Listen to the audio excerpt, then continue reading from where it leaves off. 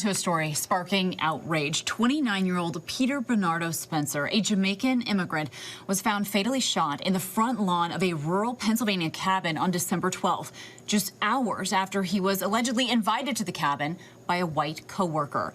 Authorities say that Spencer was shot 9 times, and they're investigating his death as a homicide. There were allegedly 4 others at that cabin, including Spencer's co-worker, all of whom were white. Spencer's family says that 4 people were detained and questioned, but released after consultation with the county district attorney's office. And according to officials, now, more than 6 weeks later, there still have been no arrests and no charges. The district attorney's office told ABC News that it will not comment on the ongoing investigation, quote, out of concern for the impact that it may have on a case and any potential charges. And the Pennsylvania State Police also have not responded to ABC News' request for comment. And we're joined now by Conrad Spencer, Peter's father, and the family attorney, Paul Jubas.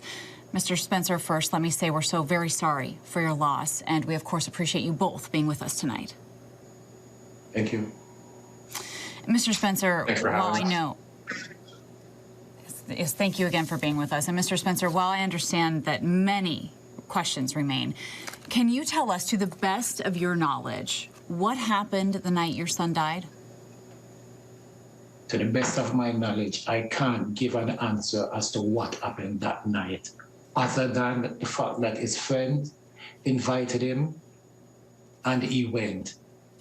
And what I am told, that friend invited other friends.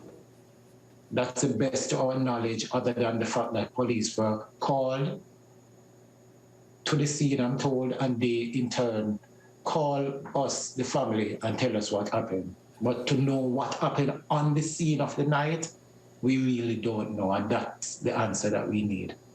Right. And Mr. Jubas, you have said that you believe this was racially motivated. Is that still your belief?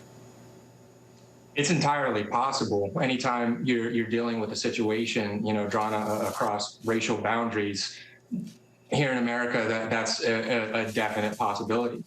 But like Mr. Spencer just said, we haven't been told anything.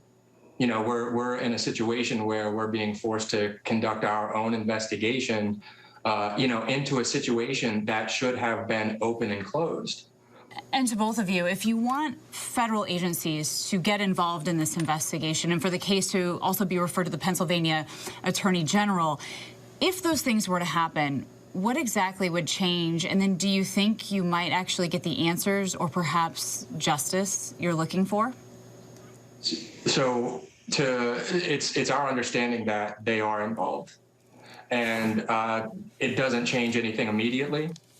At least, it's on our understanding that with their involvement, there is another level of accountability. So to the extent that, it's not just the Venango County law enforcement that's handling this and the state police, there are federal agencies involved. But we still haven't received anything substantive, from any law enforcement agencies. And Mr. Spencer, we want to know a little bit more about your son. He was about to be a father, right?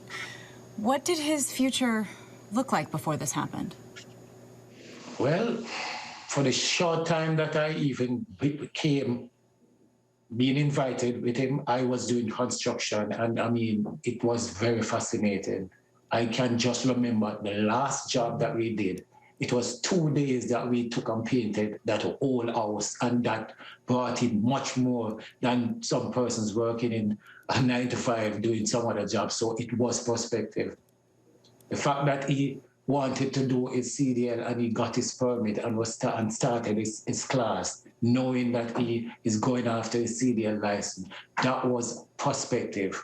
The fact that he wanted to do his restaurant and is aiming in that direction, helping his mom every Friday, spending his time and effort, that is perspective. The fact that he wants a family is more than perspective. And to give you some insight into just how tragic the situation is, Peter, that morning, prior to being taken out to that location, he had just passed the fourth part of his CDO exam. He had one more exam to go. So, you know, he was in extremely high spirits and had phone calls, you know, with his mom and with Carmela, his fiance, about how excited he was about the future and how excited he was about passing this exam. Well, thank you for sharing those memories with us, and we will, of course, stay on top of this investigation. Thank you both, Mr. Spencer and Paul Jubas. Thank you. Thank you. You're welcome. Hi, everyone. George Stephanopoulos here. Thanks for checking out the ABC News YouTube channel. If you'd like to get more videos, show highlights, and watch live event coverage, click on the right over here to subscribe to our channel. And don't forget to download the ABC News app for breaking news alerts. Thanks for watching.